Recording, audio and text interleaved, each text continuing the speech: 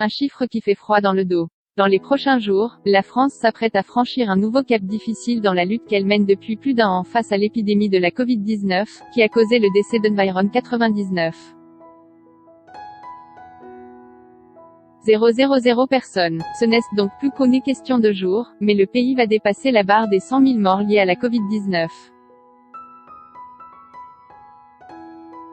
Selon les informations de RTL, le président de la République, Emmanuel Macron devrait s'adresser aux Français, lors d'une prise de parole ou un message écrit, le jour où ce cap sera franchi. Un exercice qui s'annonce périlleux. Faisons très attention à nos mots, met en garde un ministre. Derrière chaque mort, il y a une douleur immense et beaucoup de colère. La France fait face à une troisième vague épidémique liée à la Covid-19. Pour enrayer la propagation du virus, ajouté à une situation hospitalière saturée, le gouvernement a décrété un troisième confinement sur l'ensemble du territoire national jusqu'au 3 mai. Outre une interdiction de déplacements interrégionaux sauf motifs impérieux, les écoles ont notamment été fermées pendant une semaine et les vacances scolaires avancées. Mis en place depuis plusieurs mois, le couvre-feu a été maintenu à 19 h.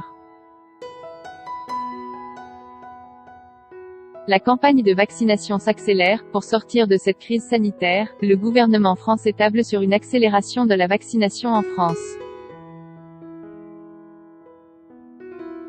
Alors que 3 vaccins sont actuellement distillés sur le territoire, un 4e en dose unique, le vaccin élaboré par Janssen, filiale européenne du groupe américain Johnson & Johnson, devrait arriver en France cette semaine. Ce dimanche 11 avril, dans le journal du dimanche, le ministre de la Santé, Olivier Véran, a annoncé l'ouverture de la vaccination à tous les Français âgés de 55 ans ou plus dès ce lundi 12 avril. L'allongement du délai entre 2 injections à 6 semaines a également été précisé. À ce jour, 57 542 personnes ont reçu au moins une dose de vaccin contre la Covid-19 en France. Article écrit avec la collaboration de 6 médias.